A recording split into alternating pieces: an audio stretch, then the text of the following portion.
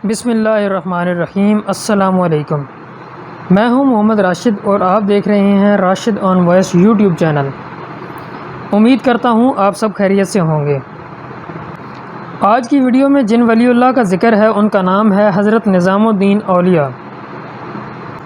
تاریخ نظامی کے مطابق حضرت نظام الدین 27 صفر 636 ہجری بمطابق 19 اکتوبر 1238 میں بدایوں میں پیدا ہوئے، لیکن بعض مصنفین کے مطابق ان کی تاریخ پیدائش بھی بالترتیب 626، 631 اور 634 ہجری بتائی جاتی ہے۔ ان میں سے 634 اور 636 کو عام طور پر درست سمجھا جاتا ہے۔ چونکہ ان دنوں دلی علم و عرفان کا گہوارہ تھا، اس لیے حضرت نظام الدین 20 سال کی عمر میں والدہ اور بہن کے ساتھ شہر پہنچے۔ حضرت نظام الدین نے بہت ہی کم عرصے میں فضیلت کی سند حاصل کی اور پھر مولانا کمال الدین سے حدیث کی تعلیم حاصل کی۔ حضرت شیخ خواجہ سید محمد نظام الدین اولیاء اجمیر کے حضرت خواجہ معین الدین چشتی کے چوتھے روحانی جانشین یعنی خلیفہ تھے، جو اس ملک میں چشتی سنتوں کے نامور حکم کے بانی تھے۔ آپ کو اپنے پیر و مرشد حضرت خواجہ فرید الدین گنج شکر نے بطور خاص ایک عالم، ایک قابل اور مستعد منتظم اور ایک کامل روحانی استاد کے طور پر ایک بشارت کی سفارش پر اس بھاری ذمہ داری کے لیے منتخب کیا تھا۔ حضرت بابا فرید الدین گنج شکر کی وفات کے بعد حضرت خواجہ نظام الدین اولیاء ہندوستان کے چوتھے سجادہ نشین، سب سے اعلیٰ روحانی پیشوا کے طور پر ان کے جانشین ہوئے۔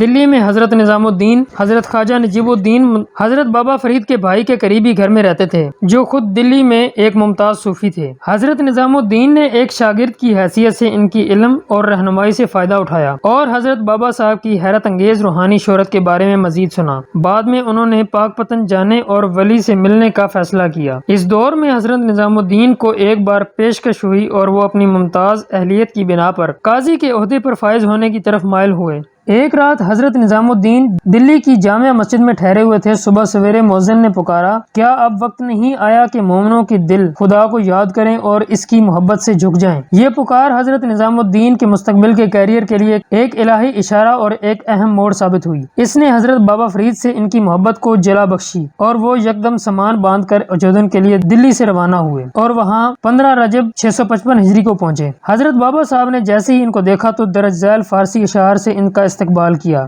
جس کا ترجمہ کچھ یوں ہے: اے جدائی کی آگ، تو نے بہت سے دلوں کو کباب کی طرح بھونا ہے، جبکہ تیری محبت کی طوفان نے بہتوں کی زندگی اجاڑ دی ہے۔ حضرت بابا صاحب نے مزید کہا کہ اے نظام الدین، میں ہندوستان کی قطبی شپ کی ذمہ داری سونپنے کے بارے میں سنجیدگی سے سوچ رہا ہوں۔ الوحیت نے میری رہنمائی کی اور آپ کی آمد کی اطلاع دی۔ بابا صاحب نے فوراً ہی حضرت نظام الدین کو اپنا مرید مان لیا اور اپنے سر پر روایتی چہار ترکی ٹوپی پہنائی۔ معزز سامعین، 15 رجب 655 ہجری سے 3 ربیع الاول 656 ہجری تک حضرت نظام الدین بابا صاحب کے ساتھ رہے اور اوالف اور معارف حضرت خواجہ شہاب الدین کی ایک منفرد اشاعت میں درس کے ساتھ ساتھ روحانی تربیت بھی حاصل کی۔ تصوف پر سہروردی اور تمہید ابو شکور سلمی ضروری تربیت مکمل کرنے کے بعد خلافت نامہ دیا گیا اور دلی جانے کو کہا گیا۔ جب حضرت نظام الدین دلی روانہ ہوئے تو حضرت بابا صاحب نے ان کو 2 تلقین فرمائیں۔ اگر آپ کو قرض اٹھانا پڑے تو جلدی سے ادا کرنے کی کوشش کریں، ہمیشہ اپنے دشمنوں کو خوش کرنے کی کوشش کریں۔ فرض شناسی: خلیفہ نے زندگی بھر ان قیمتی انتباہات پر سختی سے عمل کیا اور خوب ترقی کی۔ حضرت نظام الدین اولیاء 10 مرتبہ اجودن تشریف لائے، 3 بار پیر و مرشد کی زندگی میں اور 7 بار ان کی وفات کے بعد۔ ایک دفعہ حضرت بابا صاحب نے اپنے پیارے خلیفہ کے لیے خصوصی دعا فرمائی۔ آپ نے دعا کی، اے رحمان خدا، دعا کریں کہ نظام الدین کی ہر درخواست کو پورا کر، اور یہ کبھی ناکام نہیں ہوا۔ حضرت بابا صاحب کی زندگی میں جب حضرت نظام الدین آخری بار اجودن تشریف لے گئے تو بعد والے نے دعا کی، خدا آپ کو نصیب کرے، آپ ایک کشادہ درخت ہوں گے جس کے نیچے مظلوم انسانیت پناہ لے گی اور سکون محسوس کرے گی۔ یہ دعا بھی منظور ہوئی اور حضرت نظام الدین اپنی تقوی اور سخاوت کی وجہ سے بے حد مقبول ہوئے اور محبوب الہی کا الہی لقب حاصل کیا۔ جب حضرت نظام الدین پہلی بار اجودن سے دلی واپس آئے تو وہ اپنے عبادت کے فرائض پر پرامن طریقے سے انجام دینے کے لیے کوئی پرسکون، ویران اور مناسب رہائش حاصل نہ کر سکے اور مصروف شہر کی گہما گہمی سے بچنے کے لیے انہیں اکثر جنگل جانا پڑتا تھا۔ دلی ان دنوں وہ اپنے پیر کے حکم سے قرآن پاک حفظ کر رہے تھے اور تنہا چھوڑنا چاہتے تھے۔ کئی تکلیف دہ تبدیلیوں کے بعد آخرکار وہ ایک الہی الہام کے تحت دلی کے مضافات میں واقع ایک چھوٹے سے گاؤں غیاث پور میں منتقل ہو گئے۔ یہاں کچھ عرصے کے لیے آپ کو پھر سے اپنے بچپن جیسی انتہائی مشکل حالات کا سامنا کرنا پڑا، تاہم جلد ہی ان کی قسمت بدل گئی۔ ایک دفعہ ایک مالدار شخص 100 ٹینک لے کر آیا جسے حضرت صاحب نے قبول نہیں کیا، لیکن جب اس نے اس شخص کی مایوسی کو دیکھا تو اس نے صرف ایک تنکا قبول کیا۔ جب وہ شخص ان کے پاس بقیہ رقم لے کر نہایت مایوسی کے عالم میں بیٹھا تھا، اندر ہی اندر یہ خواہش کر رہا تھا کہ اگر شیخ صاحب پوری قبول کر لیتے تو اس کی خوش قسمتی ہوتی۔ حضرت صاحب نے فرمایا، میں نے پوری کو قبول نہیں کیا، تمہارے کام آئے گا،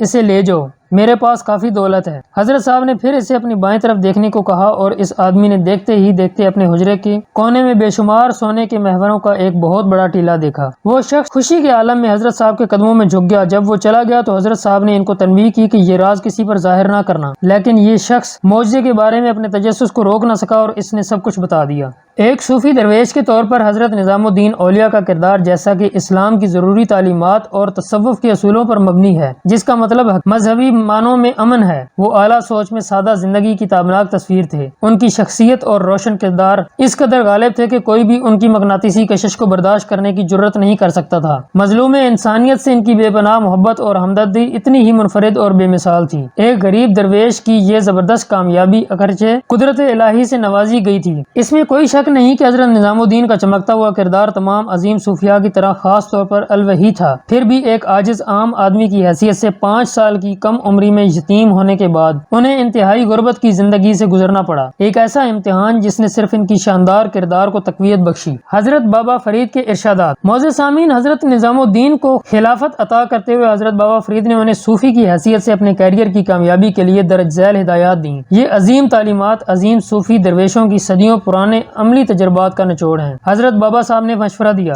اپنے آپ کو ہمیشہ مجاہدوں میں مصروف رکھیں، سستی شیطان کی کارستانی ہے۔ ہمارے طرز زندگی میں روزہ 50% کامیابی حاصل کرتا ہے، باقی 50% نماز اور حج سے حاصل ہوتا ہے۔ خود کو اپنے شاگردوں کو تعلیم دیں، تمام گناہوں سے پرہیز کریں، دوسروں کی اصلاح کرنے سے پہلے اپنی غلطیوں کی اصلاح کی ہر ممکن کوشش کریں۔ جو کچھ تم نے مجھ سے سنا ہے اسے یاد رکھو اور اس کا وسیع پیمانے پر پرچار کرو۔ اگر خلوت میں جانا ہو تو ایسی مسجد میں کریں جہاں نماز باجماعت ادا کی جائے۔ اپنے نفس کو بیکار بنائیں اور دنیا کو غائب اور غیر مادی سمجھیں۔ حرص اور دنیا کی تمام خواہشات کو چھوڑ دو۔ آپ کی خلوت آپ کو خدا کی عقیدت میں شامل کرنا چاہیے۔ اگر ایسی تنہائی میں آپ بڑے مجاہدوں سے تنگ آ چکے ہیں تو چھوٹے کو آزمائیں۔ اگر آپ اپنے نفس سے پریشان ہیں تو تھوڑی سی مہلت دے کر سو جائیں۔ جو کوئی آپ کے پاس آئے اس پر اپنی رحمتیں اور برکتیں نازل فرمائیں۔ روزمرہ کی زندگی کے کچھ احوال۔ حضرت نظام الدین رحمۃ اللہ علیہ نے اپنی پوری زندگی میں درج بالا ہدایات نہایت فرض شناسی سے عمل کیا۔ اپنے ابتدائی سالوں میں انہوں نے 30 سال تک مسلسل مجاہدہ کیا۔ اپنے زوال کے سالوں میں آپ نے مزید سخت مجاہدے کیے۔ آپ نے زندگی بھر روزانہ روزہ رکھا۔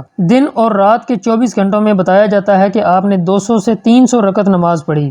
وہ اپنی خانقاہ کی چھت پر حجرے میں قیام کرتے تھے، لیکن 80 سال کی عمر میں بھی وقت کی پابندی کے ساتھ جماعت کے ساتھ نماز ادا کرنے کے لیے اترتے تھے۔ روزانہ صبح کی تینوں نمازوں فجر، چاشت اور اشراق کے بعد اپنے جماعت خانہ میں بیٹھ کر خواہش مندوں کو دینی تعلیم دیتے تھے۔ اس وقت ان کی جماعت کے تمام علماء کرام اور صوفیاء بھی موجود ہوتے تھے۔ اس دوران شہر کے غریب اور مساکین ان کی خانقاہ پر آتے تھے اور ان میں سے ہر ایک کو کھانا، پیسہ اور لباس مہیا کیا جاتا تھا۔ آپ کا سخت ترین حکم تھا کہ خوبخواہ کے باورچی خانے کی ہر چیز غریبوں کو دے دی جائے اور کل کے لیے کچھ بھی ذخیرہ نہ کیا جائے۔ حضرت نظام الدین اولیاء نے اپنی مسلسل عقیدت کے باوجود خدمت خلق اور انسانیت کے تئیں اپنے فرائض کو کبھی فراموش نہیں کیا۔ ان کا کچن ہمیشہ کھلا رہتا تھا اور روزانہ ہزاروں غریب لوگ ان کے کچن میں کھانا کھاتے تھے۔ جمعہ کی نماز کے لیے باہر نکلنے سے پہلے آپ نے ذاتی طور پر خانقاہ اور باورچی خانے کے ہر کونے کا جائزہ لیا تاکہ اس بات کا یقین کیا جا سکے کچھ بھی نہیں بچا اور سب کچھ صدقے میں دے دیا گیا۔ ان کے خانقاہ پر آنے والے مسافروں، مہمانوں اور ہر قسم کے لوگوں کی مہمان نوازی کی جاتی تھی اور انہیں ضرورت کی چیزیں فراہم کی جاتی تھیں۔ ہزاروں لوگ حضرت نظام الدین سے نئے کپڑے اور ملبوسات حاصل کرتے تھے، لیکن ان کے اپنے لباس میں مرمت کی نمایاں پیش تھے۔ جب وہ اجودن میں اپنے پیر و مرشد کی حاضری میں تھے تو ان کے کپڑے بری طرح سے پھٹے ہوئے تھے۔ غربت کی وجہ سے وہ نہ دھونے کے لیے صابن یا مرمت کے لیے ضروری کپڑے تک کا متحمل نہیں تھے۔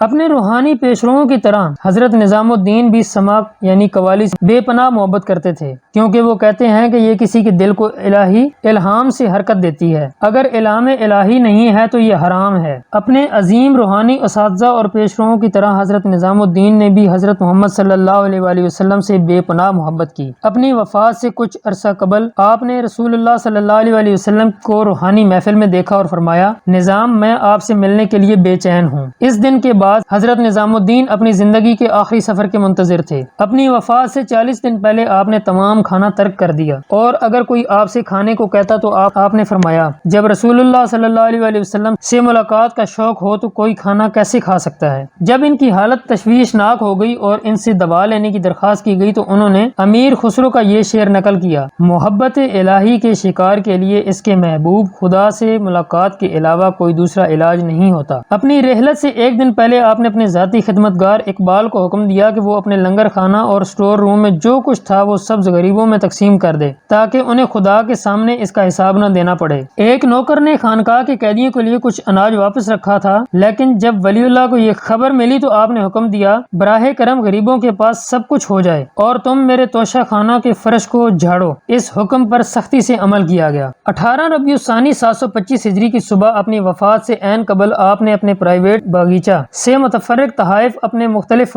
خلفاء میں تقسیم کیے اور انہیں حکم دیا کہ وہ ہندوستان کے کونے کونے میں جا کر خوشخبری سنائیں، سچائی اور محبت کی۔ روایتی تبرکات مصطفی، مقدس آثار جو انہیں اپنے پیر و مرشد سے حاصل ہوئے تھے اور جو پچھلے 600 سالوں سے سلسلہ چشتیہ میں جانشینوں کے ساتھ آ رہے تھے، حضرت خواجہ ناصر الدین چراغ کے حوالے کرنا۔ انہوں نے کہا، آپ کو دلی میں رہنا چاہیے اور لوگوں کے ظلم و ستم کو برداشت کرنا چاہیے۔ اس کے بعد آپ نے فجر کی نماز پڑھی اور پھر چل پڑے۔ ان کے زندگی بھر کے ساتھیوں، حاضرین، خلفاء، دوستوں، مریدوں، ہزاروں عقیدت مندوں اور سب سے بڑھ کر ان ہزار غریبوں پر بے مثال غم ہے جو پچھلے 60 سالوں سے ان کی بے مثال مہمان نوازی سے لطف اندوز ہوتے تھے۔ دلی کا ہر گھر، ہندو ہو یا مسلمان، سوگ میں ڈوب گیا۔ حضرت شیخ رکن الدین ابو الفتح، حضرت خواجہ بہاؤالدین ذکریہ سہروردی ملتان کے پوتے، ان کی نماز جنازہ ادا کرنے کا اعزاز حاصل ہوا۔ حضرت نظام الدین کے مقبرے پر ایک یادگار مقبرہ سلطان محمد بن تغلق نے بنایا تھا، جو سلطان غیاث الدین تغلق دلی کے بادشاہ کے بیٹے اور جانشین تھے۔